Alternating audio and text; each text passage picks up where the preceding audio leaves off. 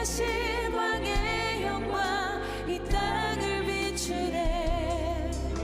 사단의 권세는 주 앞에 무너져 생명과 진리의 주 권세 가장 높도다. 우리 예수 이름 앞에 절하고 모든 입이 주를 시네.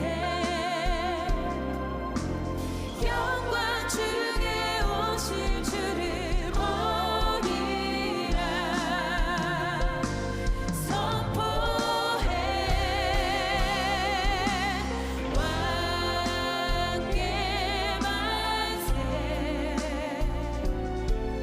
존귀와 위엄을 찬양해. 왕께 만세. 주 예수 하나님. 우리 예수 이름 앞에 절하고 예수 이름 앞에 절하고 모든 입이 주를 시네. 우리 예수 이름 앞에 예수 이름 앞에 절하고 모든 입이 주를 시. 영광 중에 다시 오실 주님을, 영광 중에 오실 주를 보리라. 선포해 왕께 만세. 존귀와 위엄을 찬양해. 왕께 만세. 주 예수 하나님. 왕께 만세. 왕께 만세. 존귀와 위엄을 찬양해. 왕께 만세. 우리 믿음의 두 손을 들어 호산나 다윗의 찬송께. 호산나 다윗의 찬송께. 호산나 불러와 중의 왕.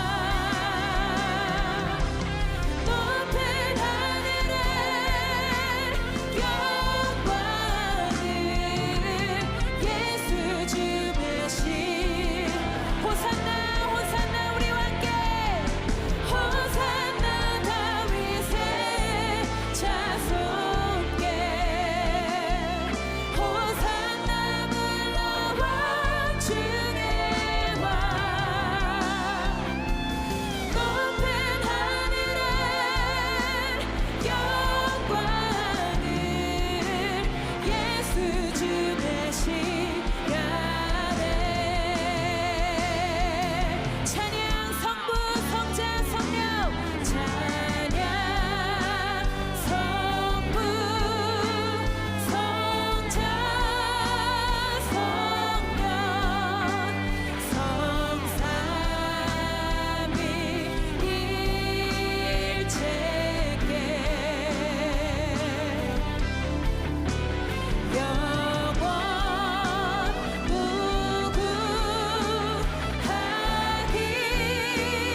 무궁하기까지 영광을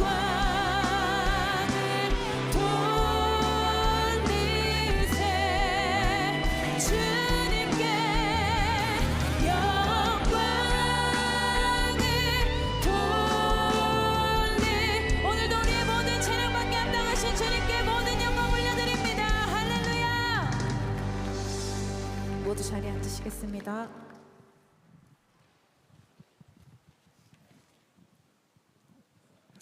사랑과 은혜가 풍성하신 하나님, 거룩한 주일을 맞아 우리들을 주의 전으로 부르시사 주님을 찬양하고 경배하며 예배드리게 하시니 감사를 드립니다.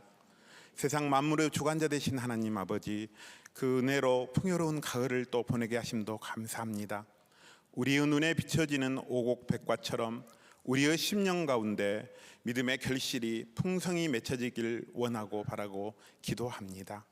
자비로우신 하나님, 우리의 삶을 뒤돌아볼 때 세상 속에서 빛과 소금의 역할을 맡겨주신 하나님의 말씀에 순종하기보다 나의 생각, 나의 경험과 지식, 다른 사람의 힘과 도움을 의지하는 연약하고 부족한 모습으로 주님을 탄식하게 한 죄인된 삶을 살았음을 고백하오니 십자가의 보혈로 우리를 정결케 씻어주시고 용서하여 주옵소서. 예배하는 이 시간 우리들의 심령을 오직 성령으로, 오직 말씀으로, 오직 은혜로 가득히 채워주시사 하나님의 말씀을 묵상하고 주님의 세밀한 음성에 귀 기울이며 기도로 주님의 마음과 뜻을 구하는 주의 자녀로 살아가게 하옵소서.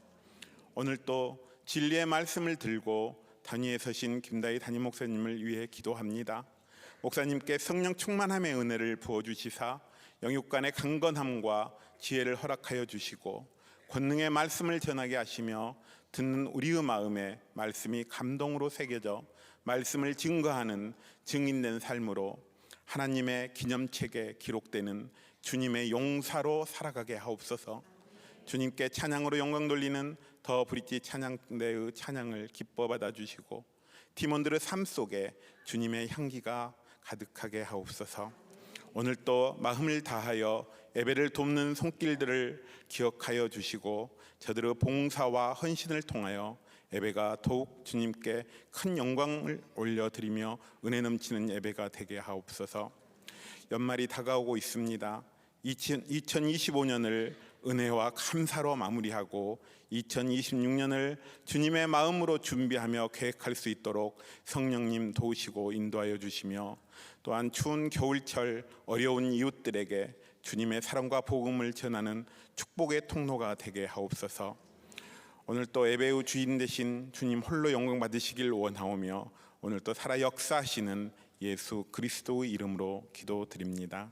아멘.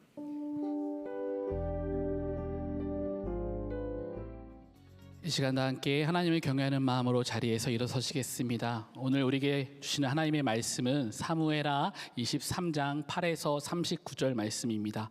봉독은 8에서 13절, 18에서 22절만 하도록 하겠습니다. 다윗이 거느린 용사들의 이름은 이러하다. 첫째는 다그몬 사람 요셉 밧세벳인데 그는 세 용사의 우두머리이다. 그는 800명과 싸워서 그들을 한꺼번에 쳐 죽인 사람이다. 세 용사 가운데서 둘째는 아우아 사람 도도의 아들인 엘르하살이다. 그가 다윗과 함께 블레셋에 대항해서 전쟁을 할 때에 이스라엘 군인이 후퇴한 일이 있었다.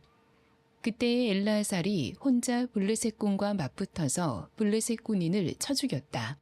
나중에는 손이 굳어져서 칼자루를 건성으로 잡고 있을 뿐이었다. 주님께서 그날 엘르하살에게 큰 승리를 안겨주셨으므로 이스라엘 군인이 다시 돌아와서 엘르하살의 뒤를 따라가면서 약탈하였다.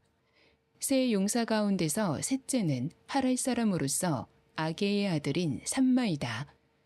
블레셋 군대가 레이에 집결하였을 때에 그곳에는 팥을 가득 심은 팥밭이 있었는데 이스라엘 군대가 블레셋 군대를 보고서 도망하였지만 삼마는 밭의 한가운데 버티고 서서 그 밭을 지키면서 블레셋 군인을 쳐 죽였다. 주님께서 그에게 큰 승리를 안겨주셨다. 수확을 시작할 때에 블레셋 군대가 르바임 평원의 진을 치니 30인 특별부대 소속인 이 세 용사가 아둘람 동굴로 다윗을 찾아갔다. 수르야의 아들이며 요압의 아우인 아비새는 30인 특별부대의 우두머리였다. 바로 그가 창을 휘둘러서 300명을 쳐 죽인 용사이다. 그는 세 용사와 함께 유명해졌다. 그는 30인 특별부대 안에서 가장 뛰어난 용사였다. 그는 30인 특별부대의 우두머리가 되기는 하였으나 세 용사에 견줄만 하지는 못하였다. 여호야다의 아들인 브나야는 갑스엘 출신으로 공적을 많이 세운 용사였다. 바로 그가 사자처럼 기운이 센 모압의 장수 아레엘의 아들 둘을 쳐 죽였고 또 눈이 내리는 어느 날 구덩이에 내려가서 거기에 빠진 사자를 때려 죽였다. 그는 또 이집트 사람 하나를 죽였는데 그 이집트 사람은 풍채가 당당하였다. 그 이집트 사람은 창을 들고 있었으나 브나야는 막대기 하나만을 가지고 그에게 덤벼들어서 오히려 그 이집트 사람의 손에서 창을 빼앗아 그 창으로 그를 죽였다. 여호야다의 아들 브나야가 이런 일을 해서 그 세 용사와 함께 유명해졌다. 아멘. 하나님의 말씀입니다. 다 함께 자리에 앉겠습니다.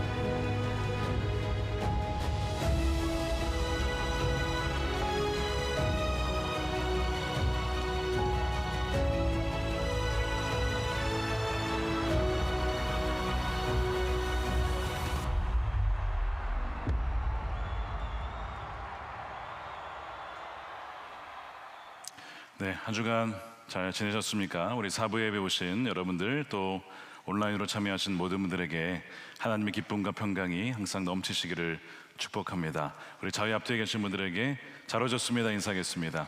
네, 잘 오셨습니다. 네, 여러분 사부 예배는 특별히 그 마귀가 틈탈 수 있습니다. 졸음 마귀가 항상 우는 사자와 같이 여러분들의 삼킬자를 찾기 때문에 좀 더우신 분들은 코트를 벗으셔도 좋겠습니다. 오늘 중요한 얘기를 할 거기 때문에 여러분 졸음 마귀의 삼킴을 당하지 않고 혹시 삼킴을 당하신 분들은 빨리 꺼내주시기 바랍니다. 예배 때 깨어서 오늘 말씀을 집중해서 우리 예배에 참여하시면 좋겠습니다. 사무엘하 하나님의 나라를 세운 사람 27번째입니다. 하나님의 기념책에 기록되는 삶, 하나님의 기념책에 기록되는 삶이라는 제목의 말씀을 나누겠습니다. 용산에 있는 전쟁 기념관에 혹시 가보셨습니까? 거기에 가면 6.25 전쟁을 비롯하여서 우리나라의 전쟁 영웅들 정말 목숨 바쳐 헌신한 많은 분들의 이름이 새겨져 있습니다. 뛰어난 지략과 용맹으로 나라를 위기에서 건져낸 많은 사람들의 이름, 그들의 이야기가 보존되어 있는 것이죠. 나라는 나라를 위해서 피 흘리고 헌신하고 또 그렇게 목숨 바쳐 나라를 지킨 이들을 기억하고 그렇게 극진한 예우로 기념을 하고 있는 겁니다. 제가 질문을 해보겠습니다. 하나님 나라에도 이러한 명단이 있을까요? 이런 기록들이 남아 있을까요? 여러분 물론입니다. 물론 세상의 기록과는 좀 차이가 있습니다. 어떤 사람의 성과와 어떤 자랑을 기록한 것이 아니라 성도들의 충성과 헌신과 눈물과 그 섬김을 기록하고 있는 것이죠. 성경에 보면 하나님 앞에 여호와 앞에 기념책이 있다라고 얘기를 합니다. 말라기서 3장 16절 보십시오.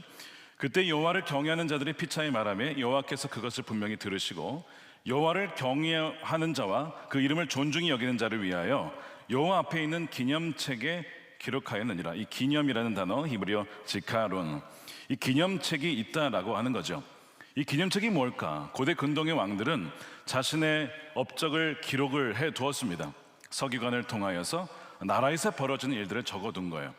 에스더서에 보면 아하수에로 왕이 자신의 잠이 안 와가지고 역대 이 글을 가져와라 읽어달라고.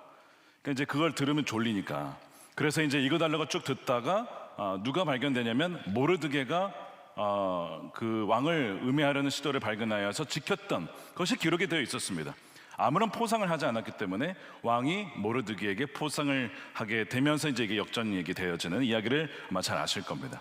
마찬가지로 이 말라기 선지자는 하나님께서 왕이신데 천사와 같은 하나님의 종들을 통하여 이 하나님 나라의 백성들의 용사들의 이야기와 그들의 성실, 그들의 충성, 그들을 기록해라고 그렇게 해서 기념책이 있다라고 말씀을 하고 있는 것이죠. 물론 하나님은 전지전능하신 분이시라 우리처럼 어떤 메모장이 필요한 분이 아닙니다. 기념책이 필요한 분이 아니에요. 다 알고 계시죠. 근데 기념책이라고 한 이유는 우리가 이해하기 쉽게 은유법을 사용을 한 것입니다. 어찌되었든 하나님 나라에도 바로 이 기념책과 같이 하나님께서 그들의 백성들의 용사들의 이야기를 기억하시는구나 라고 하는 것을 알아야 된다는 거죠. 여기 보니까 지카론이라고 되어 있는데 이것은 단지 기념하고 회상하는 것이 아니라 하나님께서 어떤 일을 기념하셨다면 반드시 그에 응당한 어떤 조치를 취하신다는 거예요. 어떤 보상을 하신다는 거예요. 그것을 의미합니다. 예를 들면 창세기 8장에 노아가 여호와께서 노아를 기억하셔서 홍수를 끝내셨어요. 노아를 살려주신 거예요. 그 언약대로. 그 다음에 라헬, 창세기 30장에 라헬이 기도를 하는데 하나님께서 라헬을 기억하셔서 태의 문을 여시고 자녀를 주십니다. 그래서 태어난 사람이 요셉입니다. 또한 여러분 출애굽기 2장에 보면 하나님께서 이스라엘의 언약을 기억하셔서 이스라엘 백성들에게 어떤 행동을 하십니까? 출애굽을 통해 백성들을 건져주시죠. 그러니까 하나님께서 누군가를 기억했다라고 하는 것은 그냥 기억했다로 끝나는 게 아니고 거기에 응당한 하나님의 보상과 액션이 들어가게 된다는 것을 의미합니다. 하나님은 그 기념책에 무엇을 기록하실까요? 여러분의 신앙 고백, 여러분의 기도, 시편 56편에 보니까 여러분의 눈물을 주님의 책에 기록하였다라고 되어 있고요. 여러분들이 보이지 않게 했던 모든 섬김과 사랑을 기록한다라고 히브리서 6장은 말씀하고 있습니다. 하나님은 불의하신 분이 아니므로 여러분의 행위와 여러분이 하나님의 이름을 위하여 나타낸 사랑을 잊지 않으십니다. 여러분들은 성도들을 섬겼고 지금도 섬기고 있습니다. 교회 밖 성탄절 우리 450가정의 사연들이 있어요. 그들을 찾아가고 방문하고 선물을 주는 그 작은 사랑의 행위를 하나님은 기억하시고 하나님 나라의 기념책에 기록을 하신다라고 이야기하고 있는 것입니다. 사랑하는 여러분, 그 나라의 명단이 있군 하는 것을 우리가 알게 되는데 오늘 본문에도 보면 다윗의 용사들의 이름이 무슨 이렇게 족보처럼 쫙 나옵니다. 우리가 다 읽진 않았지만 다윗의 세 용사가 있었어요. 가장 뛰어난 세 용사, 그리고 특별 부대와 같은 30명이 있습니다. 사실 엄밀히 얘기하면 34명입니다. 우리아까지 포함해서 총 37명의 이름이 기록이 되어 있죠.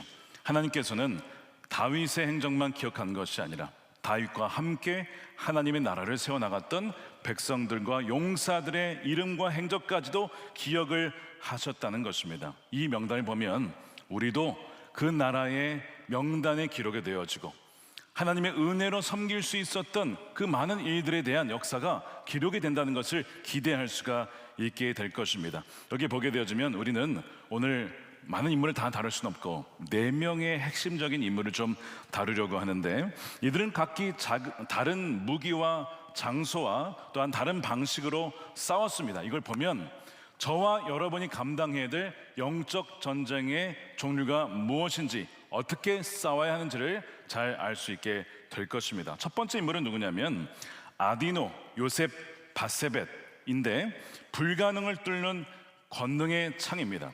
자, 이 사람의 공적을 성경은 이렇게 기록하고 있어요. 8절에 그는 800명과 싸워서 그들을 한꺼번에 쳐 죽인 사람이다. 800대 1 한번 생각해 보세요. 여러분 무슨 의미죠? 800대 1은 불가능을 의미해요. 도무지 이길 수 없는 상황, 그리고 철저하게 고립된 상태였다는 것을 의미하죠. 여러분 우리 인생에도 이런 상황을 마주할 때가 있습니다. 800대 1을 대하는 것처럼 내가 가진 힘은 부러진 창 하나인데 나를 둘러싼 문제는 800여 가지나 되는 거예요. 그러니까 어떤 분들은 그것이 회사의 부채, 가정의 부채일 수 있습니다. 어떤 분들에게는 현대의학으로는 해결할 수 없는 의학의 문제, 질병의 문제, 태문이 닫혀있는 그런 문제일 수 있습니다. 어떤 분에게는 도무지 이제는 부모의 말을 듣지 않는 자녀의 문제일 수도 있죠. 이때 우리 인간의 이성은 계산기를 막 두드려요. 과연 이 상황이 바뀔 수 있을까? 과연 이 상황이 역전될 수 있을까? 결론은 제로, 가능성은 제로야. 안 돼, 불가능해. 아이들은 변하지 않아, 남편은 변하지 않아, 아내는 변하지 않아. 이렇게 계산기를 내려쳐서 불가능하다고 얘기하고 마귀도 계속 우리에게 불가능하다고 얘기를 합니다. 그게 지금 우리의 상황 아닙니까? 여러분들이 바로 이 아디노와 같이, 요셉 바스벳과 같이 불가능의 상황 속에 계신 분들이 분명히 있으실 거예요. 자, 그런데 어떻게 이 아디노가 800대 1의 상황에서 이길 수 있었을까? 어떻게 웨이트 트레이닝을 하면 이길 수 있을까? 여러분, 절대로 근육이 세거나 힘이 세서 이긴 게 아니었죠. 전적인 하나님의 도우심과 기도의 역사였습니다. 현대 역사 속에 이 아디노의 기도의 창과 같은 역사가 여러 차례 있었는데, 하나 예를 든다면 1989년에 동독에 라이프치히의 성 니콜라이 교회 성도들이 기억이 납니다. 당시 동독 공산주의 정권과 비밀경찰 슈타지는 거대한 이 800명의 적과 같았습니다. 자, 공산주의 정권, 총과 탱크와 막강한 권력을 가지고 있었습니다. 무너지리라 아무도 예상하지 못했죠. 그래서 니콜라이 교회 성도들이 몇 명이, 소수가 뭘 했느냐? 매주 월요일마다 촛불을 들고 기도회를 가졌습니다. 거기에서 조용히 총을 쓰지 않고 기도로 이 나라를 위하여서, 통일을 위하여서 기도를 했던 거예요. 사람들이 다 조롱했습니다. 기도한다고 나라가 바뀌나? 기도한다고 통일이 되나? 얼마나 많은 사람들이 조롱했는지 모릅니다. 쓸데없는 짓 한다, 이랬다는 거예요. 여러분, 우린 결과를 알고 있습니다.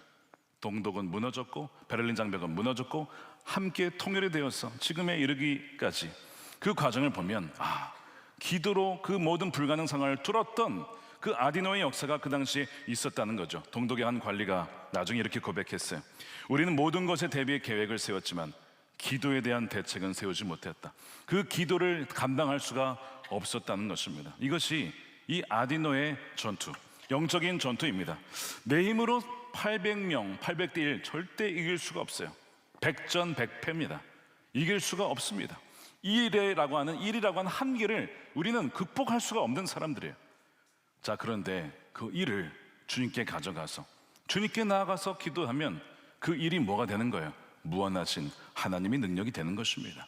하나님이 대신해서 여러분들과 싸우시는 거예요. 그래서 여러분 기도에는 능력이 있는 것입니다. 행복플러스가 어제 끝났는데요, 많은 귀한 간증이 있었습니다. 근데 그 중에 한 남편의 그 고백의 외침이 지금도 제 영혼을 계속 울리고 있어요. 무슨 얘기냐면, 한 커플이 결혼을 했는데 수년간 애가 생기질 않는 겁니다. 그래서 병원에 가서 검사를 했는데 글쎄 산부인과 의사 선생님께서 99.9% 임신 불가능입니다. 애를 가질 수 없다는 거예요. 앞으로 어떤 방법을 해도. 얼마나 좌절이 됐겠습니까?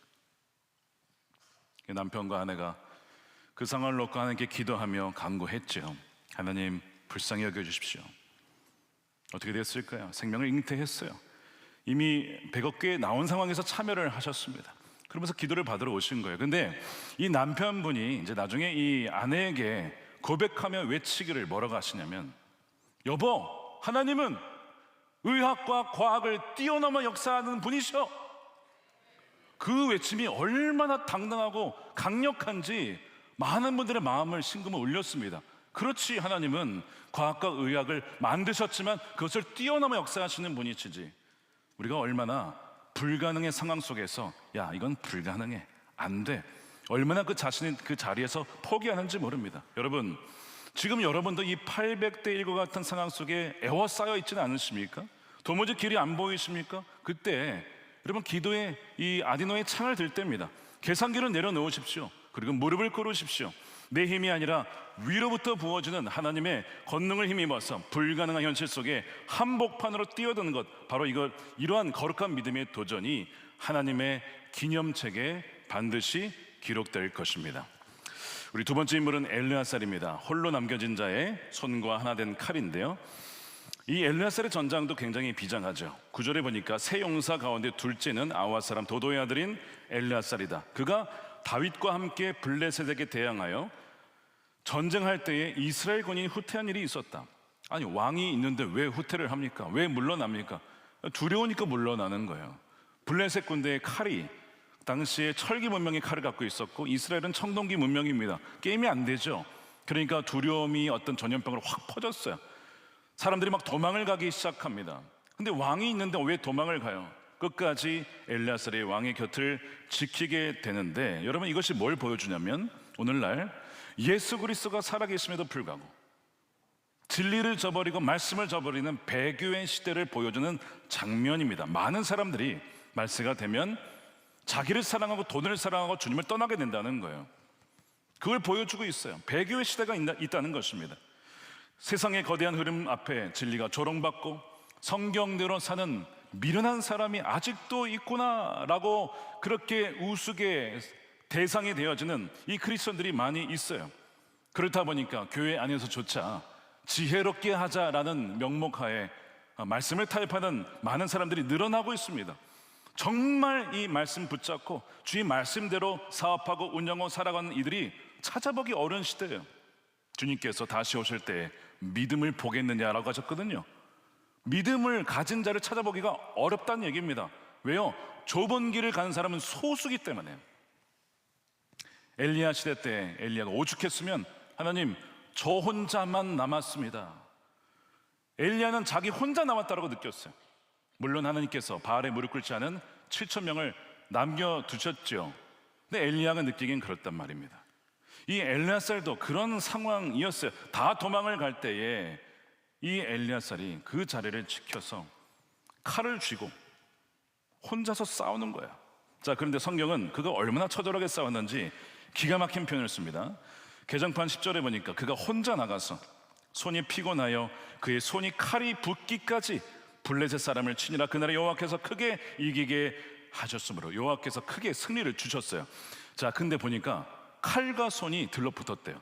하도 이걸 쥐고 있어가지고 나중에 이제 손이 근육이 경직이 된 거죠. 그런 것도 있고 많은 피로 말미암아 이제 굳어버리는 거예요. 자, 그런데 이 칼이 뭘 의미할까요? 칼은 성령의 말씀의 검입니다. 말씀의 검을 붙잡고 끝까지 말씀을 붙잡는 그 사람, 그것이 엘리야살을 상징합니다. 그런데 여러분 보십시오. 우리가 말씀을 이렇게 읽고 묵상하고 말씀 한 개를 통해서 오늘 나에게 주신 말씀을 붙잡죠. 그게 이제 말씀의 검을 잡는 거예요. 자, 그런데 여러분 이 말씀의 검을 처음에 우리가 잡지만 나중에는요 말씀이 우리를 사로잡게 됩니다. 말씀이 우리를 붙잡게 해줍니다. 말씀이 우리를 지탱합니다. 그것을 경험하는 여러분 되시길 축복합니다. 내가 말씀을 읽고 내가 말씀을 택한 줄 알았더니 아니에요. 나중엔 말씀이신 주님이 우리를 붙잡아 주시는 거예요. 말씀 때문에 우리가 살아나게 되는 것입니다. 이것이 지금 엘리야살의 칼과 손이 하나가 되었다는 것이죠. 나중에는 말씀을 읽는 게 아니라 나중에는 말씀의 사람이 돼요. 나중에는 예수님의 사람이 돼요. 예수님의 성품이 우리의 성품이 되는 것입니다. 그래야 변화되어지는 이것이 이 엘리야살의 모습이죠. 마귀가 공격해 와도 성령의 말씀의 검으로 물리치는 이 영적 전쟁의 최전선에서 승리하는 이 엘리야살의 모습, 이것이 저와 여러분의 모습이 되기를 축복합니다. 4세기 기독교의 역사를 보게 되어지면 참으로 위험한 순간이 있었어요. 아리우스라고 하는 이단이 있었습니다. 어떤 이단이냐면 예수님 안에 신성과 인성이 있는 게 아니라 인성만 있다. 즉 이 하나님이 아니라는 겁니다. 그래서 피조물이라는 거예요. 지음받은 존재라는 거예요. 이미 그 당시에 니케아 신조라고 해서 인성과 신성을 이미 확정하고 예수님은 주요 그리스도요 하나님이시라는 걸 확증을 해낸 상황이었는데 이 아리우스 이단이 등장해서 많은 사람들을 속였습니다. 많은 사람들이 넘어가기 시작했어요. 심지어 왕도 넘어갑니다. 이때에 그런 흐름 속에 막아선 사람이 누구냐? 아타나시우스입니다. 당시 젊은 사람이었어요. 그가 얘기하기를 예수님이 하나님이 아니시라면 그분의 죽음은 우리를 구원할 수 없다. 예수님이 우리의 구원자이시고 그분은 하나님이시다 라고 외치는 거예요. 이것 때문에 5번이나 추방당하고 17년간 이 도망자의 신세로 살아야 했는데 끝까지 이 진리의 칼을 놓지 않고 외쳤어요. 결국에는 누가 승리했습니까? 아리우스는 이단으로 정죄가 되어지고 아타나시우스가 승리하여 우리가 지금 고백하는 신앙 고백, 우리가 사도신경뿐만 아니라 이 니케아 신조의 신경도 우리가 고백하는 것인데 그것을 지키게 되어서 예수님을 나의 주여 나의 하나님이라고 고백할 수가 있게 된 것입니다. 오늘날에 하나님께서는 많은 사람을 찾는 것이 아니라 끝까지 진리의 말씀, 그 말씀을 붙잡는 그 한 사람을 지금도 찾고 있는 거예요. 오늘날의 엘리야살이 된다는 것은 무엇일까요? 내 의지의 한계를 넘어 말씀이 나를 장악하는 단계로 들어가는 거예요. 그래서 직장에서 정직하게 살려고 몸부림치는 것, 거룩한 가치를 지키려고 세상의 조롱과 냉소를 지켜내는 것, 이겨내는 것, 그만두고 싶을 때 나도 편안하게 좀 살고 싶다, 이제 신앙생활 그만두고 싶다라고 하는 이 세상의 풍조 속에 끝까지 좁은 문과 좁은 길로 주님과 동행하고자 하는 그 사람이 바로 이 시대의 엘르야살인데, 저와 여러분이 이 시대의 엘르야살이 되어 하나님의 기념책에 기록되는 인생이 되시기를 축복합니다. 그리하여 말씀이 삶이 되고 말씀이 내 인격이 되어버려 말씀과 뗄래야 뗄 수가 없는 사람, 하나님이 찾으시는 이 시대의 엘르야살인 것이죠. 세 번째 인물은 삼마입니다. 맡겨진 자리를 사수하는 충성의 방패와 같은 사람이죠. 이 삼마 이야기도 굉장히 위로와 도전을 주는데 사람들은 또 도망을 갑니다. 자, 세 용사의 특징이 있어요. 왜 이들이 용사가 되었는가? 왜 다윗의 베스트 3의 용사가 남게 되었는가? 다른 사람들은 다 도망갔어요. 무서워서 도망가고 힘들어서 도망가고 다 포기했단 말이에요. 근데 이 셋은 특징은 끝까지 남아 있었다는 공통점을 갖고 있습니다. 자, 이 삼마가 어느 한 곳을 지키는데요, 뭐 어디를 지키느냐? 예루살렘을 지키느냐? 아닙니다. 왕궁을 지키느냐? 아닙니다. 여기 본문에 보면 녹두나무 밭, 즉 콩밭을 지킵니다. 11절 보십시오. 그 다음 세 번째는 하랄 사람 아기의 아들 삼마라. 블레셋 사람들이 사기가 올라 거기 녹두나무가 가득한 한쪽 밭에 모임에 백성들은 블레셋 사람 앞에서 도망을 하되 그는 그 자리에 굳게 지켜서 블레셋 사람을 쳐서 크게 승리하니라. 바로 이 콩밭이라고 하는 것입니다. 이 콩밭은요, 여러분, 콩밭이 뭐 귀한 것입니까? 콩밭이 의미하는 것은 사람들이 보기에 별로 중요하지 않은 곳, 하찮은 곳, 사소한 곳, 이런 것을 의미하죠. 이 콩밭은 렌틸콩, 즉 그 당시의 백성들의 주식이기도 했습니다. 근데 이제 블레셋이 쳐들어오니까 사람들은 야, 그냥 콩밭은 줘라, 그 목숨 걸고 뭐 지킬 일이 뭐가 있어, 이렇게 갔는데 삼마는 그 콩밭이 뭐라고 지키고 부뚝 서가지고 블레셋 군대들이 오면 거기서 혼자서 막 쳐부시는 거예요. 여러분, 왜 삼마가 콩밭을 지켰을까요? 땅값이 비싸서? 나중에 지나가면 많이 올라갈 것 같아서?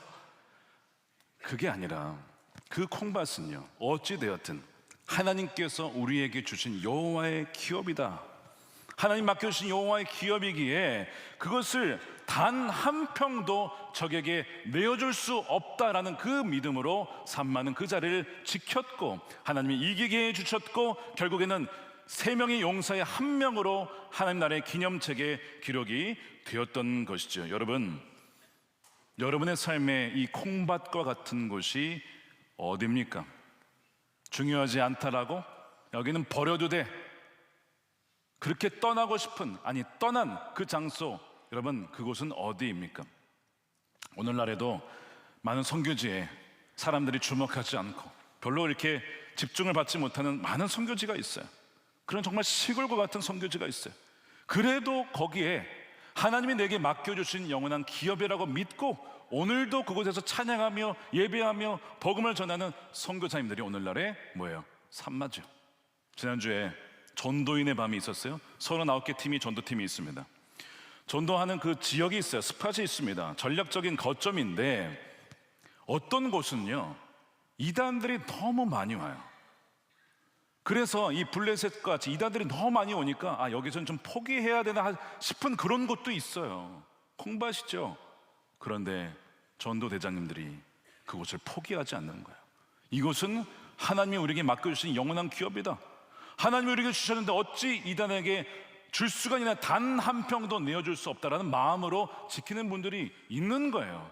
제가 그분들을 보면서 바로 우리 교회의 삼마와 같은 분들이다, 그런 감동이 되었어요.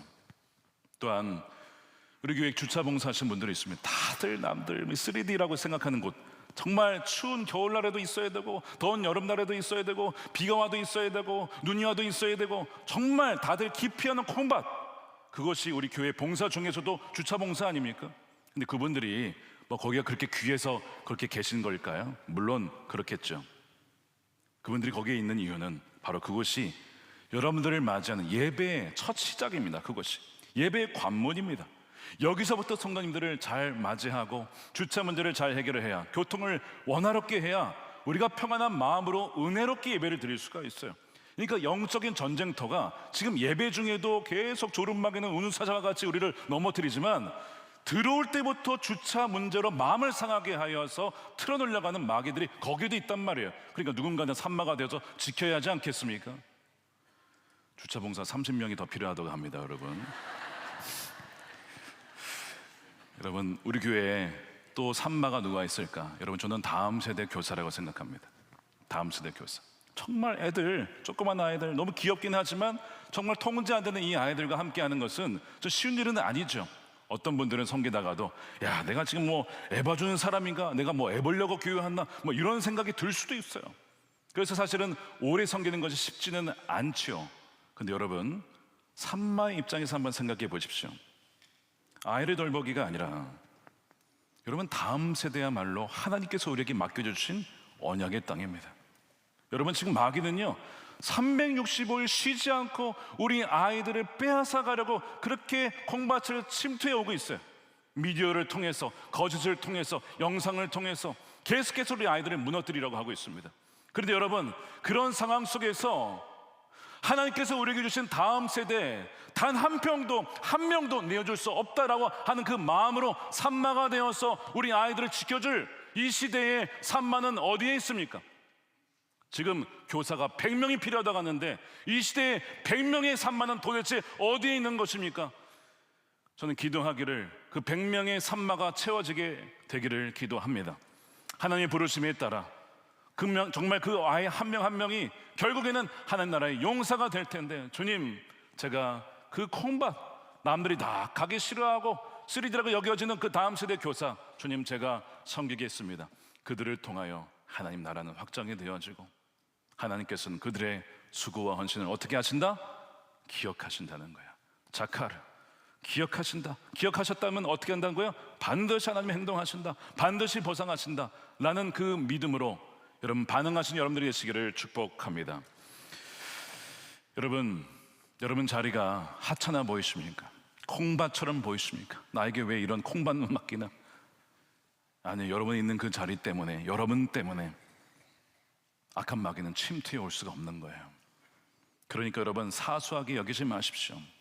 부르신 곳에서, 아무도 알아주지 않는 그곳에서 묵묵히 그 자리를 지킬 때에 그 이름 없는 헌신이 바로 하나님 나라의 승전보로 기념책에 기록될 것입니다. 네 번째 인물은 누구냐? 분하야입니다. 적의 창을 빼앗는 십자가의 막대기인데 이 다윗의 경호대장이 누구냐? 이 분하야입니다. 이제 순서적으로는 용사 5번째에 해당하죠. 첫 번째 세 용사, 네 번째가 아비새고 5번째가 분하야인데 왜 다윗은 이 분하야를 자신의 경호대장을 삼았을까? 1순위도 있고 2순위도 있는데 이 분하야를 자기의 경호대장으로 삼습니다. 왜냐? 가장 다윗과 닮은 사람입니다. 이 분하야는요 좀 독특한 전쟁 기록을 갖고 있는데, 예를 들면 사자를 때려 죽였다거나 또 이 애굽 사람과 전투에서 이 거인입니다. 2.3m에 그 사람이 이제 창을 들고 등장했는데 이 분하야는 막대기 들고 덤벼듭니다. 약간 무모한 사람이죠. 그런데 오늘 본문에 보니까 이기죠. 21절에 그 이집트 사람은 창을 들고 있었으나 분하야는 막대기 하나만 가지고 그에게 덤벼들어 오히려 그 이집트 사람의 손에 창을 빼앗아 그 창으로 그를 죽였다. 여러분, 거인 앞에 막대기 들고 등장했던 사람이 또 한 명 있었습니다. 그 전에 누굽니까? 다윗이 그랬어요. 물맷돌과 막대기를 들고 딱 나타났더니 골리앗이 자신을 무시한 줄 알고 너가 나를 개로 여기고 막대기를 들고 나왔냐 이렇게 했거든요. 막대기 들고 나갔어요, 다윗이. 결국에는 하나님의 이름을 의지하여 나갔을 때 다윗이 이기게 된 것처럼 분하야가 다윗을 닮아서 막대기 들고 나가서 덤볐는데 하나님께서 이기게 하셨어요. 자, 근데 이 적의 창을 빼앗아서 그 창으로 적을 죽였다는 거예요. 여러분, 이것이 뭔지 아십니까? 이게 성경에 반복되는 승리의 패턴입니다. 성경에는 이런 역전의 드라마가 자주 등장하는데요, 아까 다윗이 골리앗을 쓰러뜨렸을 때도 물매로 쓰러뜨리고 그 다음에 골리앗의 칼을 가지고 골리앗의 목을 베입니다. 적의 칼로 적을 베었어요. 자, 에스더서에 하만이 모르드게 죽이려고 장대를 만들었습니다. 그렇죠? 그런데 그 장대에 누가 매달립니까? 하만이 매달려 죽습니다. 적의 무기로 적이 쓰러지는 거예요. 또 뭐가 있습니까? 예수님께서 마귀가 예수님을 죽이려고 했어요. 이 실제로 죽였죠. 죽음이라고 하는 창을 던졌는데 예수님은 그 죽음의 창을 죽음으로 받으셔서 오히려 부활하셔서 오히려 마귀의 그 죽음을 죽음으로 사망을 사망시켜버린 놀라운 사건이 십자가의 부활 사건 아닙니까? 여러분, 이것이 역전의 용사의 특징이라고 하는 것이죠. 그래서 여러분, 이것을 우리에게 어떻게 적용할 수 있냐면, 사단은 지금도 우리에게 거대한 창을 던지죠. 근데 우리는요, 똑같이 창을 들어서 싸우는 게 아니라 그 마귀의 창을 빼앗아 역이용해야 된다는 거예요. 마귀가 어떤 창을 던지냐면 우리에게 고난의 창을 던집니다. 근데 그 고난이라는 창을 빼앗아서 여러분 어떻게 해요? 간증의 무기로 삼는 거예요. 마귀는 여러분들을 질병과 고난과 역경을 주어서 여러분들을 무너뜨리려 할 겁니다. 자, 그런데 여러분들 그 마귀를 공격하는 방법이 뭐라고요? 그 역경의 상황, 고난의 상황을 바꾸어 간증의 기회를 삼는 것입니다. 찬양의 기회를 삼는 것입니다. 오히려 감사의 기회로 삼는 거예요. 자, 그러면 마귀가요 깜짝 놀라서 도망갑니다. 공격을 했다가도 패배를 하게 되는 거예요. 죽음의 위협도 있죠. 질병의 위협도 있죠. 제가 이제 장례를 인도하다 보면 사랑하는 이를 잃고 너무나 안타까운 상황에 있는 경우가 있어요. 자녀를 잃었어요. 배우자를 먼저 보냈습니다. 이로 상상할 수 없는 고통 속에 죽음의 창을 맞은 것이죠. 자, 그런데 장례식장에서 그리고 그것을 준비하는 이분의 고백이 천국의 소망인 거예요. 부활의 소망인 거예요. 사망아 너의 쏘는 것이 어디 있느냐, 사망아 너의 조롱하는 것이 어디에 있느냐, 이러면서 이 사망을 막 공격하며 오히려 사망을 부활로 뒤집어서 공격하는 이런 고백의 역사를 많이 봅니다. 그때마다 우리 장로님 역시 장로님이다, 우리 권사님 역시 권사님이시구나 하는 것을 얼마나 자주 느끼는지 모릅니다. 바로 이것이 적의 공격의 창을 빼앗아서 오히려 역공을 하는 것입니다. 그러한 승리의 기록들이 또한 하나님 나라의 기념책의 기록이 된다는 것입니다. 이 용사들의 이야기를 모아보면 하나님 나라엔 질서가 있어요. 처음에 세 용사를 소개하고 그 다음에 30인을 소개를 합니다.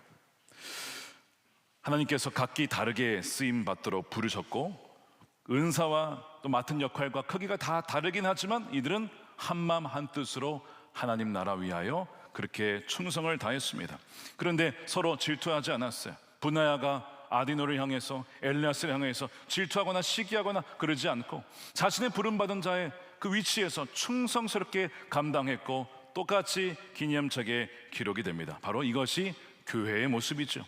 우리의 모든 은사와 재능과 경험과 우리 성향이 다르지만 하나님께서는 우리에게 각자 달란트를 알맞게 다 맡겨주시고 우리의 왕 대신, 우리 용사 대신 주님을 위하여 그 나라를 위하여 용사로 쓰임받을 수 있도록 다 각기 그 은사를 다 배분해 주신 것이죠. 어떤 분은 아디노처럼 불가능한 상황을 뒤집는 이 기도의 야성을 가진 분들이 있어요.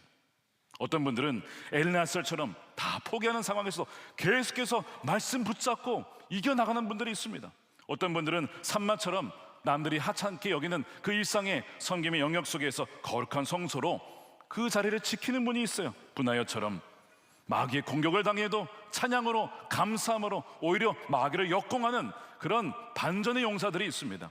각각 다 하나님이 이렇게 우리에게 붙여주신 거예요. 경쟁자가 아니라 하나님 나라의 원팀이라고 하는 것이죠. 사랑하는 여러분, 어떤 분들은 이 용사들의 이야기를 보면 나하고는 별로 상관없는, 나는 용사가 아니에요 목사님, 저는 용사가 될 수가 없어요, 저는 패배했습니다, 저는 정말 루저입니다, 그러신 분이 있으실 거예요.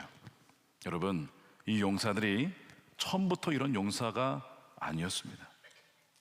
이분들이 어떤 사람들이었느냐 여러분 기억하십니까? 사무엘상 22장에 아둘람굴에 몰려들었던 그 사람들이었어요. 어떤 형편이었습니까?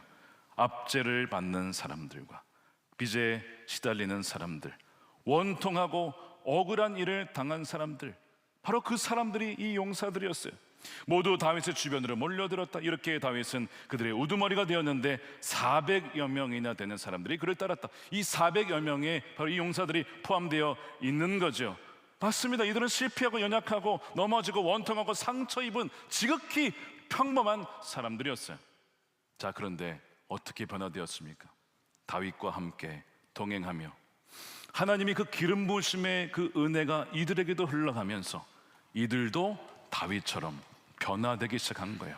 하나님의 용사로 다윗이 골리앗을 쓰러뜨렸던 것처럼 분하야도 거인을 쓰러뜨리는 자이언트 킬러로 변화될 수 있었던 것, 모두 하나님의 은혜로 말미암아 변화될 수가 있었던 것입니다. 오늘 이 자리에 오신 분들도 한번 주위에 둘러보십시오. 상처 입은 분들, 환난에 당한 분들, 마음에 원통하고 실패하고 빚진 분들 분명히 있으실 거예요. 마찬가지입니다. 어떻게 해야 합니까? 더 나은 다윗이신 주님께 나아가야죠. 주님 안에 머물러야죠. 그분의 그 은혜 가운데 우리가 머물러 있을 때, 주님과 연합할 때 그 성령의 능력이 우리의 마음을 바꾸시고 우리의 생각을 바꾸고 결국에는 우리의 삶을 변화시켜서 이 그리스도의 군대와 같이, 다윗의 군대같이 주님께서 우리를 사용해 주실 줄로 믿습니다. 사실은 주님이야말로 진정한 용사이시죠. 예수님은 십자가에서 홀로 죄와 사망의 권세 800대 1과 같은 상황 속에서 적군을 물리치신 진정한 아디노였습니다. 예수님은 제자들이 다 도망간 상황 속에서도 홀로 남겨주셨지만 끝까지 우리를 사랑하셔서 십자가를 놓지 않으신 진정한 엘르아살이셨죠. 예수님은 죄로 인해 황폐해진 우리와 세상이라고 하는 이 버려도 될 만한 우리와 같은 인생, 콩밭과 같은 인생을 절대로 포기하지 않겠다고 자신의 피로 그 땅과 우리를 끝까지 사수하신 진정한 산마이셨습니다. 예수님은 하늘 보좌 영광 버리시고 낮고 낮은 이 땅에 오셔서 막대기 하나 집어들고 뭡니까? 십자가 지시고 가장 강력한 무기인 죽음을 오히려 바꾸셔서 죽음의 창을 꺾으셔서 사망을 사망시키신 진정한 분하야가 누구십니까? 바로 예수 그리스도이십니다. 주님이 용사이시기 때문에 우리는 아무것도 아니지만 용사 되신 주님으로 말미암아 우리도 그 승리가 되는 거예요. 그래서 예수님의 보혈이 우리의 갑옷이 되고 예수님의 그 보내주신 성령이 우리의 창과 방패가 된다는 것을 여러분 믿으시기를 축복합니다. 그리하여 아둘람의 빚진 자들이 용사가 된 것처럼 다윗을 만나서, 죄 있는 우리가 예수님을 만나서 하나님 나라의 용사가 된다는 것입니다. 사랑하는 여러분, 그러므로 주 안에 거하십시오.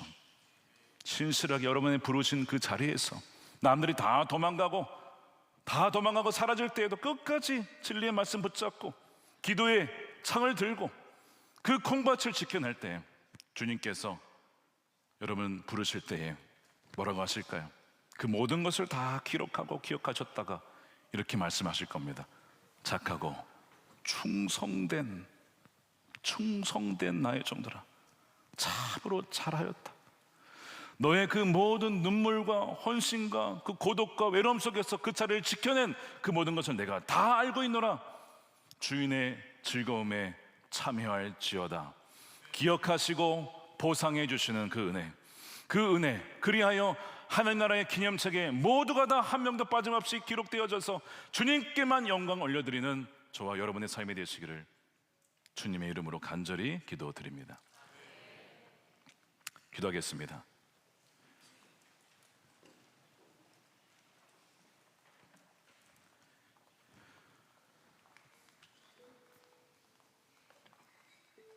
마치 이곳이 아둘람 굴 같습니다. 세상에서 실패하셨습니까? 많은 부채를 지셨습니까? 원통한 일을 당하셨습니까? 환난을 당하셨습니까?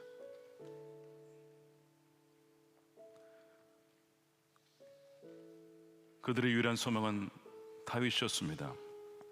다윗에게로 몰려왔습니다. 다윗에게 부어주신 하나님의 그 기름 부으심의 역사가 그들에게도 흘러갔습니다. 세월이 흘렀습니다. 수십 년이 지나며 그 환난당하고 빚진 자들이 어느덧 하나님 나라의 위대한 용사들이 되었어요.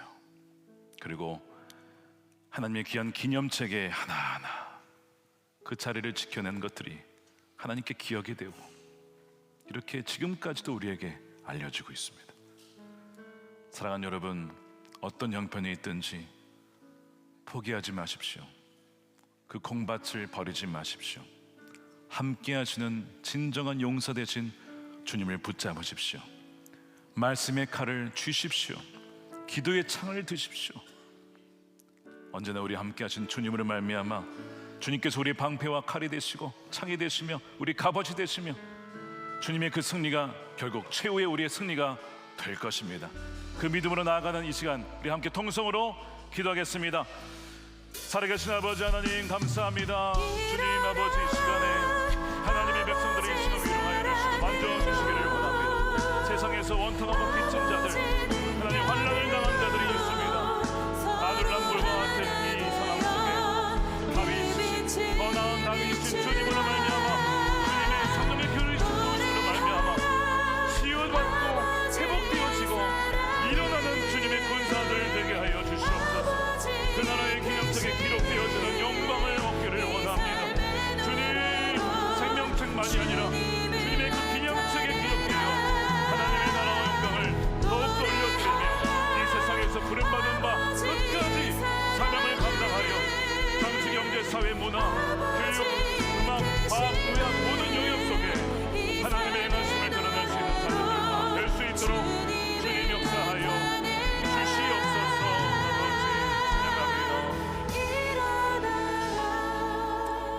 살아계신 아버지 하나님 감사합니다. 주님 우리가 바로 아둘람굴에 모여든 그 사람들의 형편과 같습니다. 빚지고 마음이 원통하고 환난을 당하고 또한 아버지 하나님 원통한 일이 너무 많아서 너무나 지친 가운데 있는 우리 성도들이 있습니다.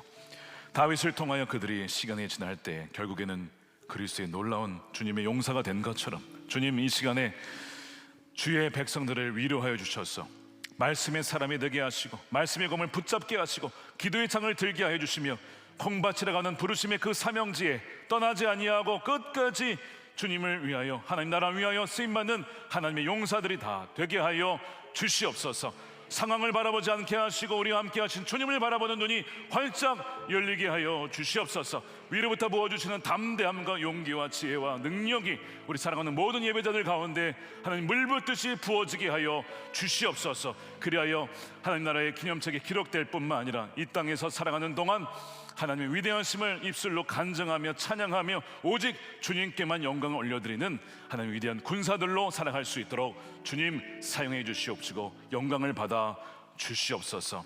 아버지 하나님 이 시간 11조로 감사헌금으로 성경금으로 구별하여 주님께 올려드립니다. 하나님 믿음으로 드린 손길을 기억하여 주시고 30배 60배 100배 귀한 결실로 갚아주시며 또 하나님 나라가 확장되어지는 예물이 되게 하여 주시옵소서. 기업에 참으로 어려운 형편에 있는 많은 분들이 있습니다. 또 자영업자분들이 많은 힘든 가운데 있습니다. 주여 저들의 기업을 긍휼히 여겨주시고 지켜보호하여 주셔서 하나님 이 위기의 시대에 더 오히려 기도의 자리로 나아가며 말씀의 자리로 나아가 하나님 역전하게 하시는 하나님의 놀라운 은혜를 누리는 우리 모든 성도들이 되게 하여 주시옵소서. 아버지 하나님 이 나라를 위해서 기도합니다. 이 나라의 정치 지도자들이 모두가 하나님을 경외하며 정치, 경제, 사회, 문화, 교육 각 영역 속에 정말 오늘 말씀에 나온 용사들처럼 사람들이 다 떠나가고 진리를 버려도 진리 붙잡고 말씀 붙잡고 기도의 자리로 나아가는 그런 지도자들로 하나님 변화되고 세워지게 하여 주시옵소서. 그리하여 이 나라가 주님을 경외하는 나라, 남과 북의 복음으로 통일되는 그 나라가 속히 되게 하여 주시옵소서. 북한에 잡혀있는 김국기, 김정은 목사님, 찬충기 선교사님 또한 백성들을 풀어주셔서 주여 함께 그 예배하는 날이 속히 오게 하여 주옵소서. 지금도 콩밭과 같은 그 선교지에서 끝까지 예배하며 선교지를 지키는 우리 산마와 같은 선교사님들을 기억하여 주시고 우리도 아버지 기도하며 중보하며 함께 그 나라를 세워나갈 때 주여 오시기를 예비하는 우리 백성들 다 되어서 주님이 오시는 그날 착하고 충성된 종아 참으로 잘하였도다 그렇게 인정하시며 받아주시는 그 놀라운 은혜를 한 사람도 빠짐없이 우리 모두가 누릴 수 있도록 주님 역사하여 주옵소서. 예수님의 존귀하신 이름으로 축복하며 기도드립니다. 축도하겠습니다. 우리의 영원한 왕 되시며 진정한 우리의 용사 되신 예수 그리스도의 크신 은혜와 아버지 하나님의 풍성하신 사랑하심과 성령님의 가망감동 교통 내주하심이 말씀을 붙들고 기도의 창을 들고 콩밭과 같은 부르심의 삶의 자리에서 주님과 함께 하나님의 기념되어지는 그 책에 기록되는 삶을 사모하며 나아가는 사랑하는 우리 모든 선한 목자교회 저들의 가정과 자녀들과 주의 몸된 교회와 다음 세대와 조국 대한민국과 또한 열방 가운데 영원히 함께 하시기를 간절히 축원하옵나이다. 아멘.